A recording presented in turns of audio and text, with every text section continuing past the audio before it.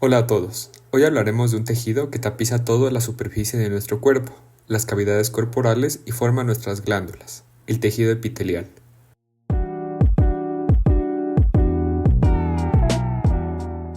Generalidades de la estructura y función epitelial. El tejido epitelial es un tejido vascular, compuesto por células que recubren las superficies externas del cuerpo y reviste las cavidades internas cerradas y los conductos corporales que comunican con el exterior, como el sistema digestivo, respiratorio y genitourinario. También forma la porción secretora de las glándulas y participa en los órganos de los sentidos como receptores sensoriales. Hablaremos un poco acerca de cada una de sus características. Características de las células. Estructura polar. El tejido epitelial consiste en asociaciones celulares compactas unidas por diversos contactos celulares bien definidos. El conjunto de estas células epiteliales tiene una estructura polar, es decir, que en la célula hay un polo apical superior, que limita con la luz de un conducto o cavidad, un polo lateral y un polo basal inferior que limita con el tejido conjuntivo ubicado por debajo del epitelio. Capilares.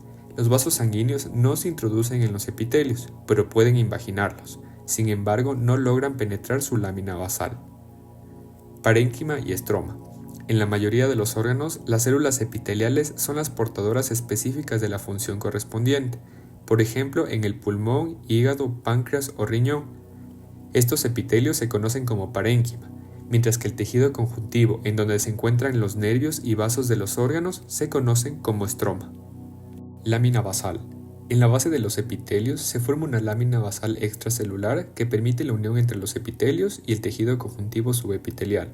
Sus componentes son colágeno tipo 4, proteoglucanos, laminina, nidógeno y perlecano. Lámina fibroreticular.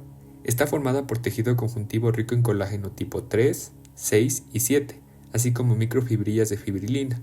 Se ubica inmediatamente por debajo de la lámina basal y su principal función es la unión mecánica entre el tejido conjuntivo más profundo y el epitelio, así como su lámina basal.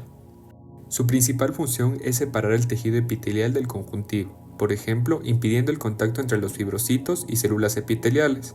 Aún así, no evita que los macrófagos y linfocitos se introduzcan en los epitelios.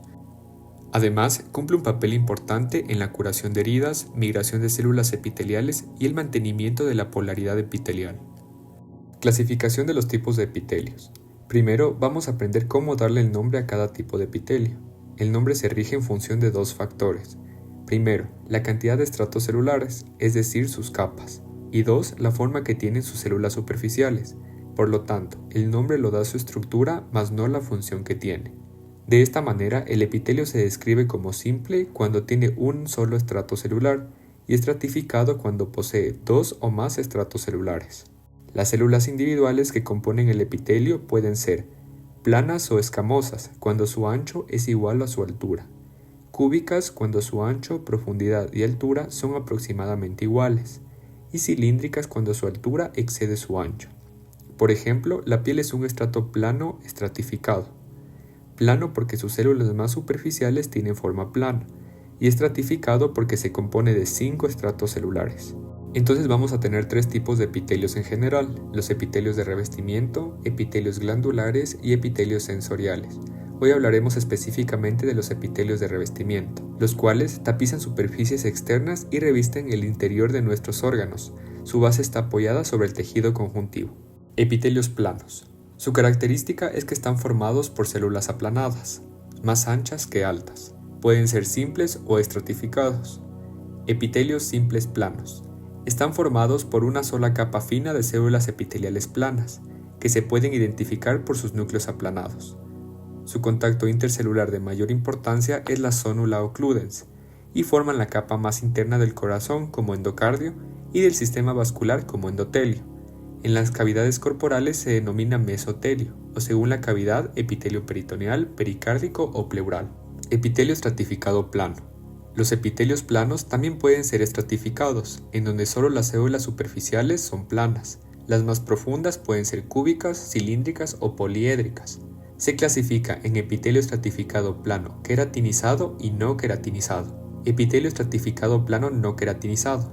Está formado por 5 o 6 capas celulares, o incluso hasta 20 en algunos casos. En la región basal, las células son cúbicas o cilíndricas, mientras que en la apical aplanadas. La capa más profunda se conoce como estrato basal, las capas medias estrato medio y la más apical estrato superficial. El núcleo celular cambia de acuerdo con la forma de la célula.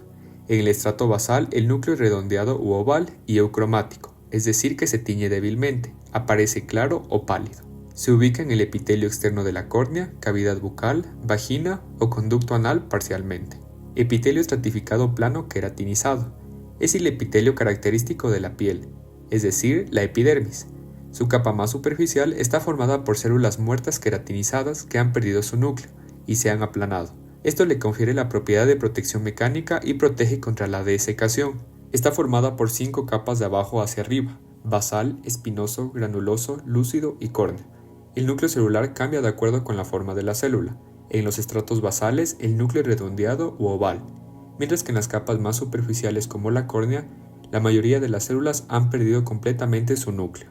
Epitelios cúbicos. En el cuerpo humano la mayoría de los epitelios cúbicos son simples, su alto y ancho son casi iguales.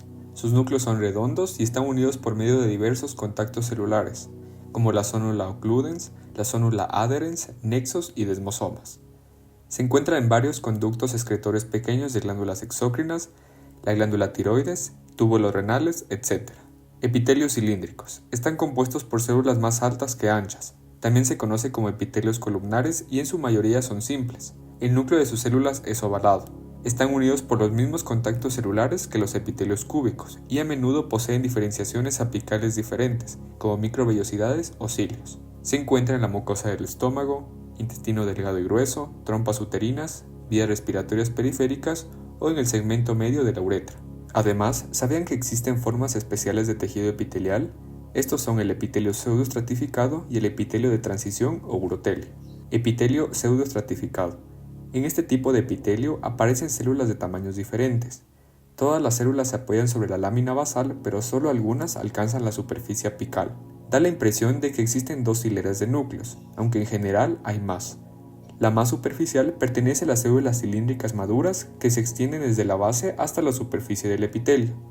Los de las hileras intermedias corresponden a las células en crecimiento que aún no están diferenciadas por completo, mientras que los núcleos de la hilera basal pertenecen a las células basales pequeñas, las cuales sirven para la regeneración. El más característico y preguntado es el epitelio pseudoestratificado cilíndrico ciliado de las vías respiratorias. En este epitelio, las células epiteliales maduras altas son células ciliadas o células caliciformes. Epitelios de transición o urotelio. Este es un epitelio estratificado que tiene de 3 a 8 capas celulares.